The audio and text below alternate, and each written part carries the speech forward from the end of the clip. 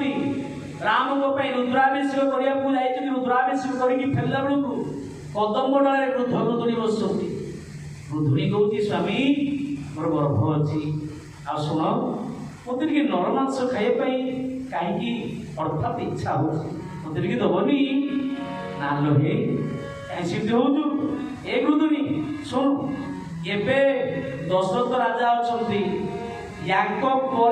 राजगादी बस 14 वर्ष पर्यंत काल जोग ब्याड़ जोग पड़ी से मृत्युवरण कर तारी मांस को मानी अपेक्षा कर अर्थात तो स्वजन ये कथा को अशोपतिकर कन्या के और राज नंदिनी माँ कईकई बापा ठारू शिखी कौन ना अशोपति शिखी पशुपति पतिकर भाषा कोश शुणवाटा शब्द को सी शिखी साधन करते आज शुणीदे जे वृद्ध वृद्धुणी कथा होती राजा दशरथ जी बस सिंहासन काल जोग पड़ी मृत्युवरण हम से खसी पड़ा हाथ प्रसाद थाली आत्नाथ शपथ कली शुण आज मो शंकर भगवान तो दुआही दे शपथ करू राजगादी मो राम को स्वामी केवे भी बसई देते 14 वर्ष पर्यटन कहीं ना मो राम मो प्राण राम मो जीवन बरम भरत बसिक मरी जाऊ हेले मो राम को मु बंची पारि राम मो प्राण खाली से कथा को बखाड़ू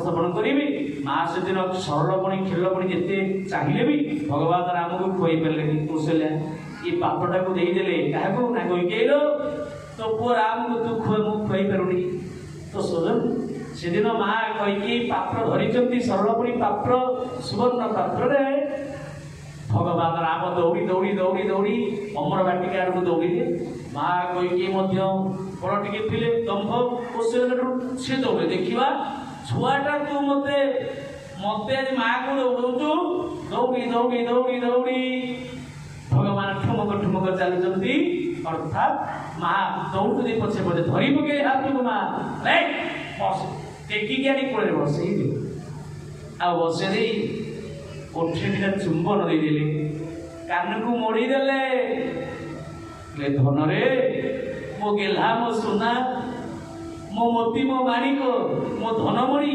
एरा कहीं उड़ी माटा को एत बाट दौड़ेलु रे ए बाबा कहलु तो माटा को कहीं दौड़ेलु न खाई कहीं अछुटिया हो कहलु कान को टी मोड़ी देले भगवान सजन भगवान माँ को दिने चुंबन देले माँ लो तू ब्रह्म माँ तू मो प्राण तू मो जीवन ना हो जे आ मते कौन पाई ये बाट दौड़ेलु बुढ़ी माँ को ना माँ जी जहाँ को भल पाए प्रति अधिकार थाए माँ मो माँ को निरार निश्चय गोटे एकांत कथा कहबी ना धुन कहूनु ना माँ लो आग तुम दुआई नहीं शपथ कर राजू एड़िकी गोटे छुआ कहूँ दुआही देवाई दुआही कौन जानलु शपथ कौन शिखिलु चुप कह ना नाई माँ तू मो मुंडटा को न छुईवा पर्यंत एबी मु कहबिनी एड़िकी बड़ छुआ ये मुंड छुआ शपथ कर केते कथा बाहर करुची ए पागला मागिबु गुरु ए धन ये सबुठु श्रेष्ठ ये कई प्राणटा को जदि एबे चाहिबु मागिबु ये प्राण को एबे विसर्जन करदेव ता राम पई बाबुरे मागे शिवनु आ टिके भरम दे धन रे अरे मागे जहाँ मागे वो दे दे मेरे बाबू मागे आज तो माँ आज दी हाथ टेकिक शपथ कला तो दुआही देकर शपथ करी नारायण तो दुआही दे मागे मागे मुझे सब देदेवी ମା ମୋର ବିହାକୁ ଟେକିଦେଲେ, ଚୁମ୍ବନ ଦେଲେ, କହିଲେ ବାବୁରେ ମା ଭଗବାନ ସେଦିନ ହାତ ଧରିଲେ, କହିଲେ ମା ଲୋ ମୁଁ ଜାଣିଛି ତତେ କଷ୍ଟ ହବ, ତଥାପି ମୁଁ ଜାଣିଛି ତୁ ହିଁ ଇଏ ରାମକୁ ଧର୍ମ ସଙ୍କଟରୁ ଉଦ୍ଧାର କରିପାରିବୁ ନା ମାଗୁନୁ। ନାହିଁ, ଭଗବାନ ହାତ ଯୋଡ଼ିଲେ, କହିଲେ ମା ଯେତେବେଳେ ମୋ ବାପା ମତେ ରାଜଗାଦିରେ ବସେଇବେ, ଯେତେବେଳେ ମୋ ମା ମତେ ବାପା ମତେ ସବୁ ରାଜଗାଦିରେ ବସିବା ପାଇଁ ଆୟୋଜନ କରିବେ, ସେତେବେଳେ ତୁ ମତେ 14 ବର୍ଷ ପାଇଁ ବନବାସକୁ ପଠେଇବୁ। ଦଶରଥ ମାଙ୍କ ହାତରୁ, କୈକେୟୀ ମାଙ୍କ ହାତରୁ ସରଳମଣି ପାତ୍ର ଖସି ପଡ଼ିଲା। କୈକେୟୀ ମା ଭଗବାନ ରାମକୁ ଗାଢ଼ ଆଲିଙ୍ଗନ କଲେ ଧନରେ। ଇଏ କଣ ମାଗିଲୁ? ଏ ବାବା କଣ ମାଗିଲୁ ତୁ? କୁନି କୁନି ଓଠରେ 4ଟି ଅକ୍ଷର ମାଗି ନେଇଗଲୁ ବନବାସ। ଥରେ ସେ ଅକ୍ଷରକୁ, ଥରେ ସେ ଶବ୍ଦକୁ ବ୍ୟାଖ୍ୟା କରିଛୁ। ଏ ବାବା ତୁ ମାଗିଲୁ ମୁଁ ଦେଇଦେବି, କାରଣ ମୋ ରାମ ମୋ ଜୀବନ ଠିକ ଅଛି। ହେଲେ ବାବୁରେ ତୋ ମାଟାକୁ ଜୀବନରେ ବଞ୍ଚିଥିବା ଯାଏ ତୋ ମାର ମୁହଁଟା ପୋଡ଼ିଯିବ। ଏ ଜଗତ କହିବ କୈକେୟୀ ଗୋଟେ କଳଙ୍କିତା, ତୋ ମାର ନାଁଟାକୁ କିଏ ଧରିବେନି, ତୋ ମାଟାକୁ ଘୃଣା କରିବେ, ତୋ ମାକୁ ନିନ୍ଦା କରିବ ଜଗତ। ନିନ୍ଦାର ନାଗରା ବାଜିବ। କୈକେୟୀ ଗୋଟେ ନିଲଟା, କୈକେୟୀ ଗୋଟେ ଘର ଭାଙ୍ଗି, କୈକେୟୀ ଗୋଟେ ସ୍ୱାର୍ଥପର। ଏ ବାବା ଏ କଳଙ୍କର ବୋଝକୁ କାହିଁକି ମୋ ମୁଣ୍ଡ ଉପରେ ଲଦି ଦେଲୁ ରେ ବାବା? କହ କହ। ମା ମୋର ଗଡ଼ୁଛନ୍ତି ଲୁହ ଗଡ଼େଇ ଗଡ଼େଇ। ଭଗବାନ ସେଦିନ ମାକୁ ଗାଢ଼ ଆଲିଙ୍ଗନ କଲେ। ମା ମା କଣ ମାଗୁଛୁ? ପରିଣାମରେ ଯାହା ମାଗିବୁ ମୁଁ ତତେ ଦେଇଦେବି। ମାଗ ତା ଧନରେ ସହିକି ପାରିବୁ ବାବୁ ନିନ୍ଦାର ନାଗରା, ବାବୁ ନିନ୍ଦାର ନାଗରା। କୈକେୟୀ ବଚନେ ରାମ ଗଲେ ବନ ପରା, ବାବୁ ଗଲେ ବନ ପରା। ବାବୁରେ ଏ କଳଙ୍କର ବୋଝ ମୋ ରାମ ପାଇଁ ମୁଁ ଶୋଇପାରିବି ନା। ମା ମାଗେ ଯାହା ମାଗିବୁ ଜୀବନରେ ପତାଞ୍ଜଳି କୁଟରେ ରାମ ସବୁ ଅକୁଣ୍ଠରେ ଦାନ କରିବ ନା। ନାହିଁ ଧନରେ କିଛି ଆବଶ୍ୟକ ନାହିଁ, କେବଳ ଏହି ମା ପଦଟା ମତେ ଯୁଗେ ଯୁଗେ ପ୍ରାପ୍ତ ହଉ। ଭଗବାନ କହିଲେ ମା ତଥାସ୍ତୁ, ସବୁ ଯୁଗ ଯୁଗରେ କୈକେୟୀ ମୋ ମା ହେଇକି ରହିଥିବ। ମୁଁ ବଚନ ଦେଲି, ସତ୍ୟ କଲି। ଅର୍ଥାତ୍ ସେଇଥିପାଇଁ ଦାଣ୍ଡି ରାମାୟଣ ଲେଖିଲେ କୈକେୟୀଙ୍କ ଚରିତ୍ର ବଖାଣୁ ବଖାଣୁ ବାବୁ ବଖାଣ ବଖାଣ। ଲିପି ଛାଡ଼ି ଯାଏ ମୋର ଶ୍ରୀରାମ ଚରଣ, ପ୍ରଭୁ ଶ୍ରୀରାମ ଚରଣ। ଇଏ ମହାନ ଚରିତ୍ର ଖାଲି ସେତିକି ନୁହଁ, ଆପଣ ଶ୍ରବଣ କରିବେ କୈକେୟୀଙ୍କର ଚରିତ୍ର ଅନେକ ରାମାୟଣ ଅନେକ କଥା କରେ।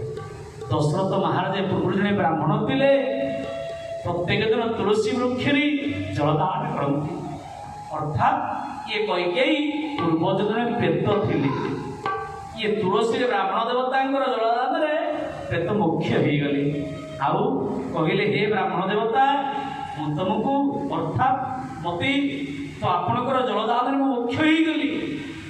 ବ୍ରାହ୍ମଣ ଦେବତା କହିଲେ ଠିକ ଅଛି, ଅହଭାଗ୍ୟ କଣ ମାଗୁଛ ମାଗ। ନା ମୁଁ ତ ମୁକ୍ତି ହେଇଗଲି। ଯଦି ମତେ ଗୋଟେ ନାରୀ ବା ନାରୀ ଜନ୍ମ ହୁଏ, ଆପଣଙ୍କୁ ମୁଁ ପତି ରୂପରେ ପାଇବି, ମତେ ବରଦାନ ଦିଅନ୍ତୁ।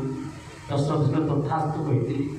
ଅର୍ଥାତ୍ ଖାଲି ସେତିକି ନୁହଁ, ଦଶରଥ ଏଇଥିପାଇଁ ଭଲ ପାଆନ୍ତି ସମରାସୁର ଯୁଦ୍ଧରେ, ଅର୍ଥାତ୍ अर्थात दशरथंकर गोटे युद्धरे घात जंगरे खंडिएटा होते ए जेते जड़ी बूटी अश्विनी कुमार स्वर्गर वैद्यक पाखर जड़ी बूटी आने घाटा शुखिला शेष मुनि ऋषि पाखर शुणिले जानिले जदि कई जड़े मानव मानवी होते सी अति आपणार आपणकर जीवा द्वारा ये लाल लगे घाटा को चाटी देवे आपण घा अल्प दिन शुखिजी इमितिया किए अच्छी नारी दशरथ से दिन शुणेले कले कही कौन एमती नारी घाटा को खात माने जो एडे बड़ खात पूज पानी को चाटी पार ताहले मो घा शुखिजीव से दिन कौन से राणी शास्त्रकार मत अनुसार 750 शास्त्रकार मत अनुसार कि 3 राणी कई राणी मुख पखाड़ अर्थ मुह खोल दौड़ी आसिले कहले मणिमा आपण मो स्वामी मो आप दासी मो स्वामी मंगल पाई मो स्वामी घात शुखापी जदि प्राण देवाक पड़े ये कहीकि पछे बनी जीवरे लाश लड़ता लाल लगे चाटी पकईले जंघाई घा को आउ किछि दिन भीतर शुखीगला जो कहीकि चरित्र